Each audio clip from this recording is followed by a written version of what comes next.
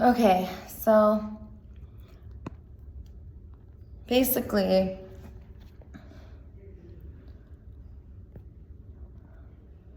I know the world doesn't work. I know that the atrocities are being committed because of coercion, which means either people are earning a grade, they're being given their universal needs, or they're being paid. And coercive giving is also doing stuff out of fear, like fear of punishment or... So I know that the world hurts us and it doesn't work. And it's very important to me that I live in alignment with this. And I'm looking for positive ways to express.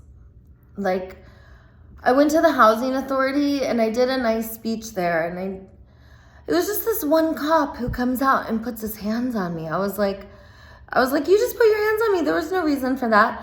And then he starts yelling and intimidating me and threatening to put me in jail and threatening to arrest me and threatening to put me on a 5150 hold.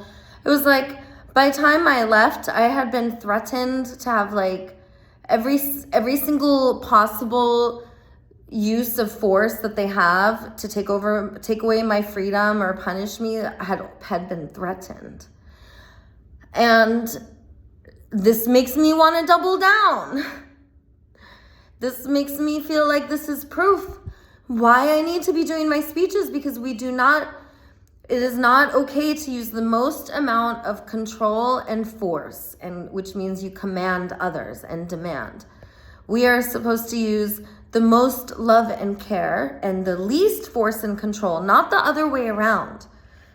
And I know this. I know that we're supposed to be speaking a language of body sensations, feelings, and universal needs so that there is healing and integration, and not unhealthy ways of relating, which are codependent, abusive, and create a powerless environment where we are unable to self-actualize from our highest self because of the separation, scarcity, powerlessness, and lack of our meaning and purpose.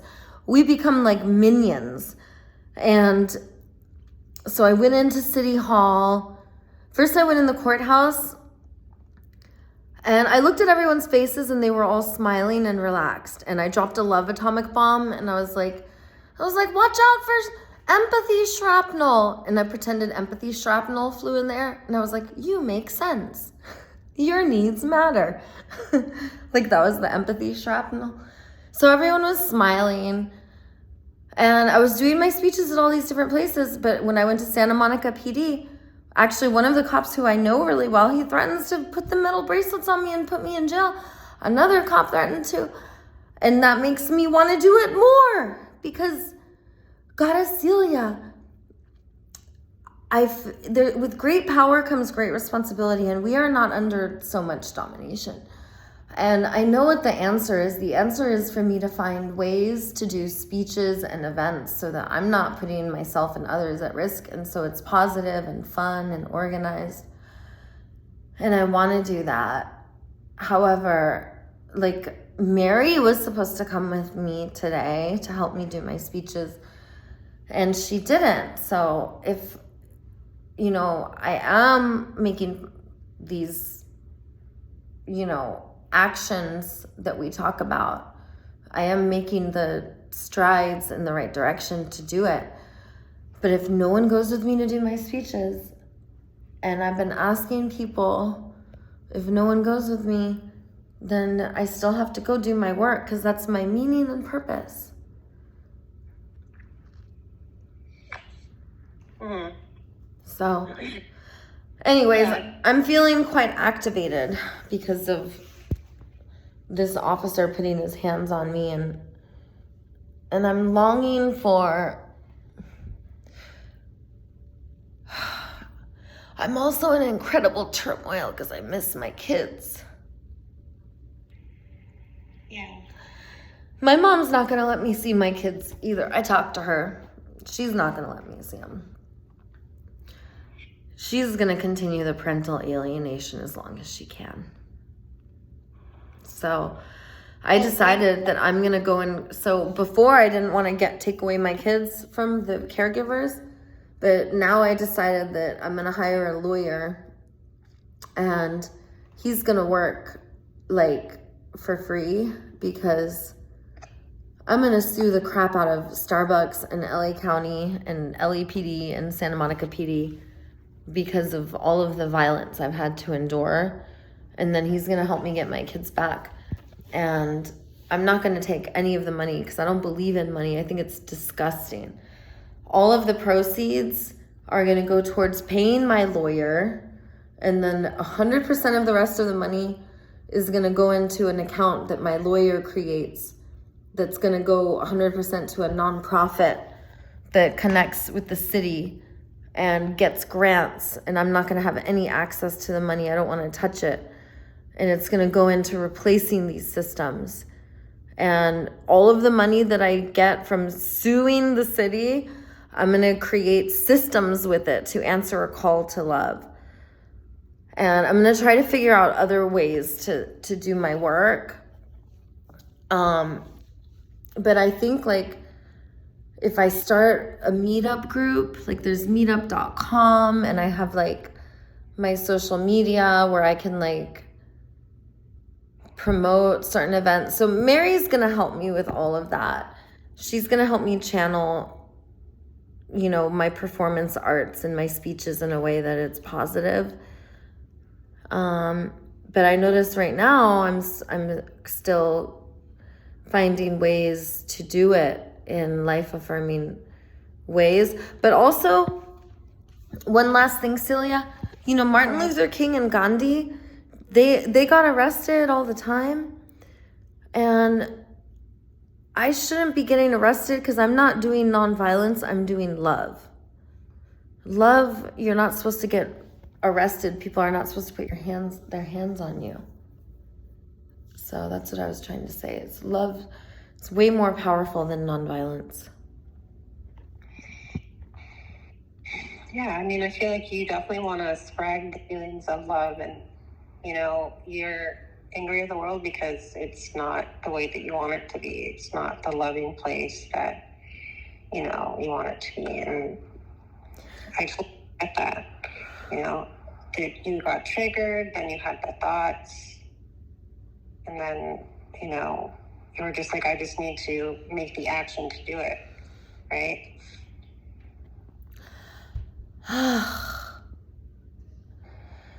I really want a world that domination systems are not keeping us prisoner. And we're prisoner because of the world emerging in scarcity and operating in separation. And we're prisoner because we're not doing our meaning and purpose. And I am doing my meaning and purpose, but I still am living in this world that emerges in scarcity and operates in separation. I know, and these feelings are super, super big, right? And I want others to understand that we can liberate ourselves, that we don't have to live like this, that we don't have to give our consent, that we never gave our consent, actually. And I'm trying to let people know that. And that's what I'm trying to do, which is a beautiful, positive message. I have a beautiful, positive message. And so when you went to the courthouse, was that yesterday? When was that? oh, it was like right before our call. It was skateboarding home. I stopped by there. Why didn't you call me? Oh, I was just going to drop a love atomic bomb, and everyone at the courthouse smiled because I've been going there for years. All these people know me, including the police officer who put his hands on me. He's known me for years. He's supposed to be one of my buddies. And he even said that. He was like, we're friends. And I'm like, well, why would you put your hands on me? That's violent. And he knew I was being loving. I was like, yo, you hear my speeches? I was being loving. Like, there's no reason for you to put your hands on me. That's violence. And it just goes to show that they're told to escalate. And I don't consent to someone putting their hands on me for no reason at all and then berating me with threats. And the whole reason I'm in the police station is because I'm letting them know I'm tired of being ridden hard by domination systems. And I want police out of my life. I want enforcers to stop withholding my family from me.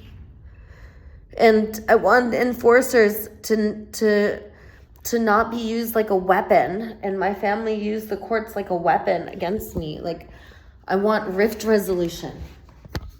And when I go in and tell the police that, and they put their hands on me, it just makes me feel like the whole reason I'm doing this is because of that.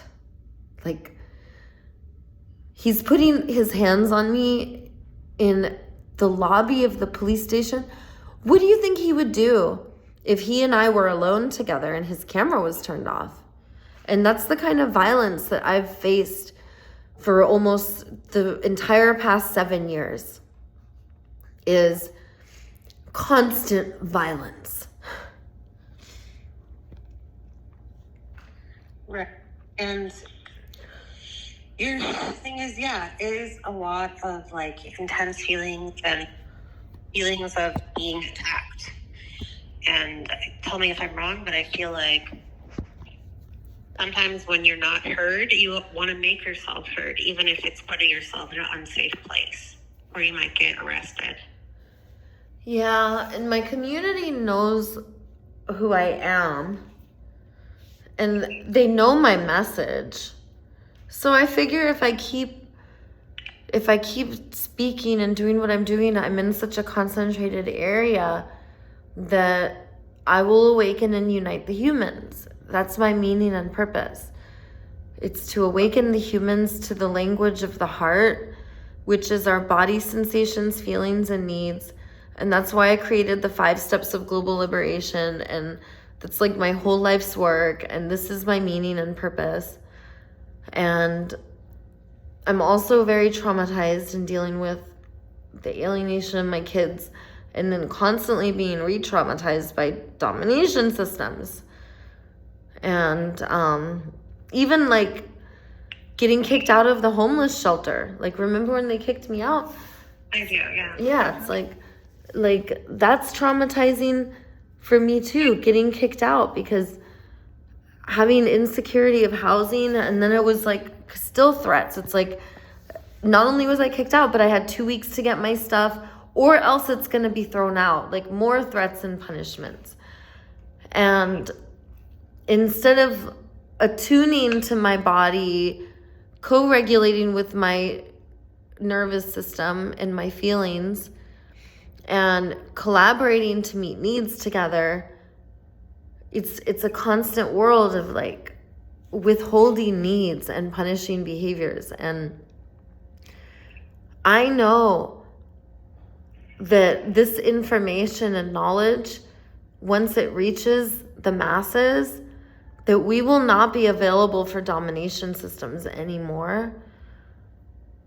And that's why the continued topic has been like, how do I find a healthy outlet to do this? Because even though I thought I was doing good speeches today and I thought I was being positive, like, this one police officer didn't think so. Mm-hmm. Right. And then, I mean, I think maybe without thinking, you put yourself in an unsafe environment, even though, recently you've been trying to kind of let go of people that do that and not put yourself in that situation, right? But then today you were like, all right, I need to like say what I need to say, even if it's going to put me in an unsafe situation. Do you realize that? Yeah, it's because I have to do my meaning and purpose. And I'm trying to find ways to do my meaning and purpose that, like you said, are not that kind of situation. Right. And so, like, Mary was saying that she's going to help you with, what did she say she's going to help you with? What? She was going to help me with, like, performance arts and making like planning my speech ahead and planning it in a way where others will like it. Okay, yeah. And it will like follow the rules and guidelines. That was the big thing, is Mary wants to like follow the rules and guidelines so no one gets upset.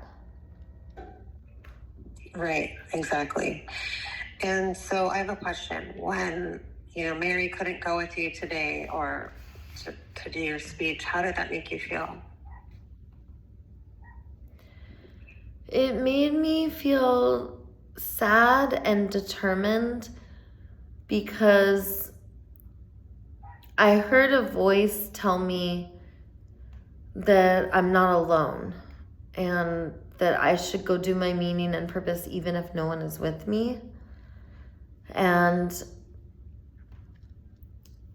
I think it's important that I speak, that I continue to carry this message. So I don't just live the 12 steps of like the 12-step program. I don't just live those, but I also live the 5 steps of global liberation. And the 5 steps of global liberation the first one is the jig is up.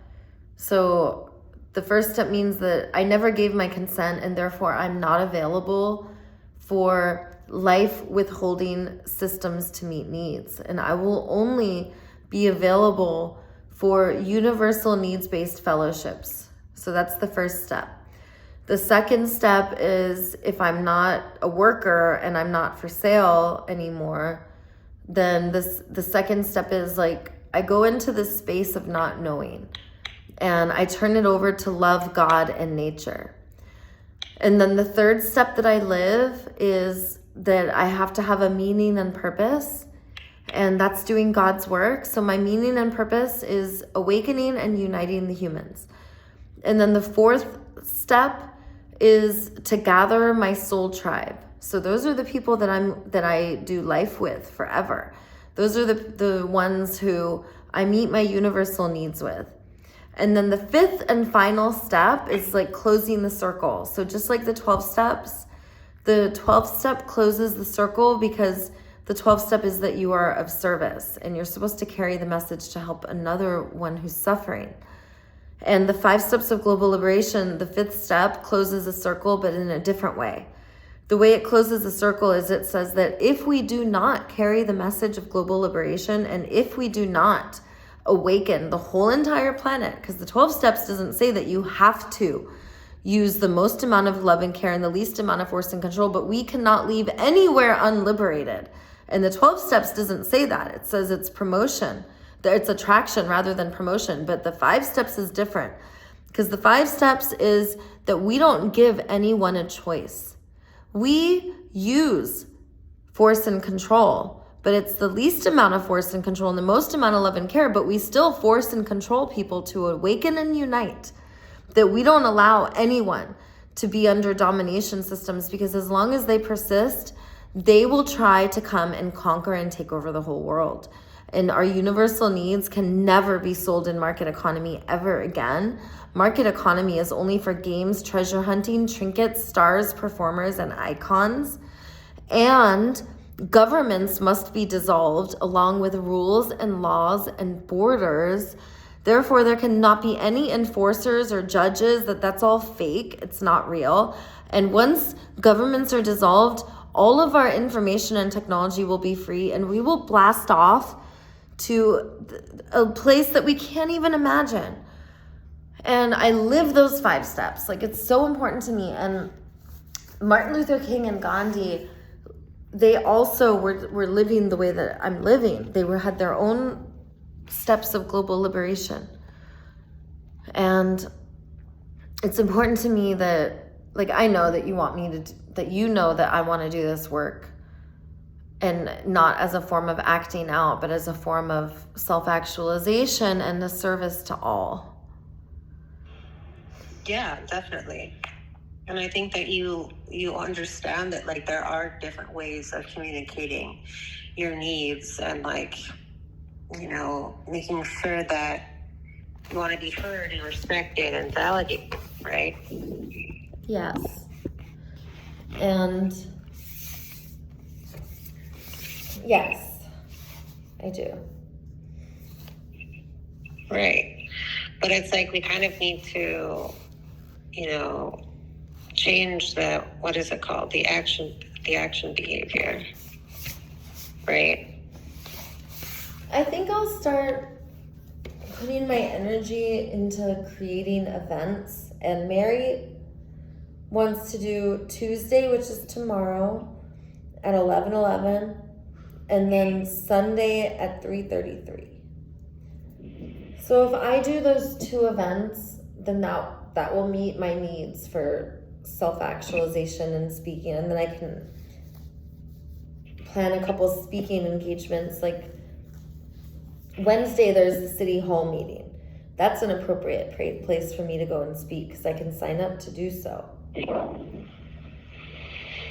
You can sign up to do so, okay? Yeah, and then I get a 2-minute slot, so I'm okay with that. I'll do that on Wednesday, and I have friends who I could reach out to and be more proactive with. Like, one of them ran a successful campaign. Remember Britney Spears when she was under the conservatorship? Mm-hmm. He did the Free Britney Spears campaign, and it was successful in freeing her. So I know Kevin, and I was thinking about, well, I've been trying to do work with him. So I have a question. What are you feeling now since you said what you said? You went to the cops and you said what you need to say. How do you feel now that you're back in your own space and that you're able to talk to me in a way that I'm actually like understanding you? How are you feeling now? I'm feeling more empowered, and I'm starting to have more insight that what I'm doing and the way I'm doing it's not working.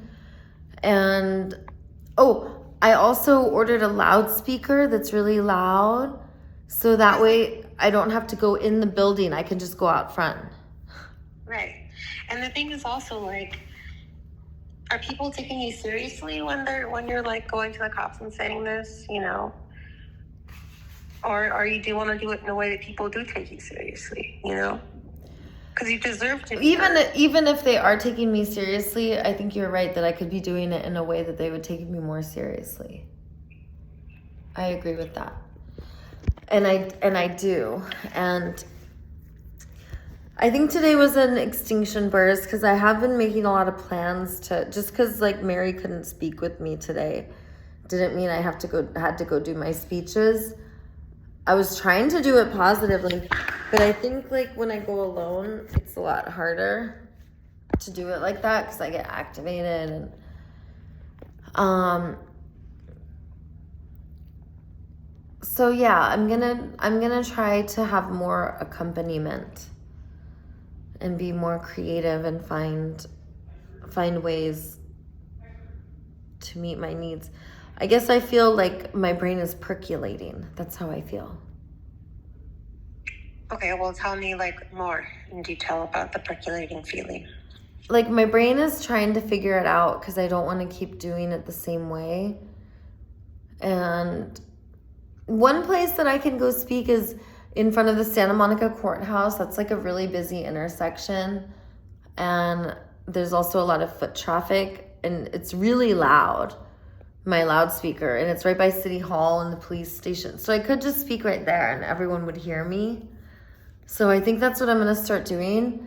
I'm going to start kind of like doing speeches like not so in your face, but out in front of the building. Kind of like Mary said, I'm going to follow the rules and regulations. And like today I didn't have a loudspeaker or a microphone, so that's why I went inside the building. But on Thursday, my mic gets here, so I think that I'll be okay by then because I'm going to speak at the City Hall on Wednesday, and then Tuesday, tomorrow, I'll be with Mary. So how how does speaking in front of the courthouse with the loudspeaker serve your purpose and your way of trying to spread love and caring and safety? Because a lot of people can hear me in front of the courthouse. What if they feel threatened? Well, that's where my speeches have to be loving and caring. And I was thinking too, my book is really good. I could just like read my book in front of the courthouse because it's so good. Something like that. And then that way it's scripted. And it's about the 5 steps of global liberation. I'm just concerned that like you'll get arrested. Yeah, I'm tired of having to worry about domination systems arresting me. I agree. Because I worry about you. I care. I know you do. Thank you, Goddess. Yeah. Well, Mary and I are going to meet tomorrow, and I'm going to brainstorm with her about some ideas. And I'll try to come up with it, and we could talk about it in our next session. Okay. But we've gone over every other time. Is it okay if we end early this time? Sure, yeah. Okay, Goddess. So I'm going to see you on Thursday? Mm-hmm. Okay, perfect. What time? 2? 2 o'clock, yeah. Okay. I'll see you Thursday at 2, Goddess. Okay, bye. Bye.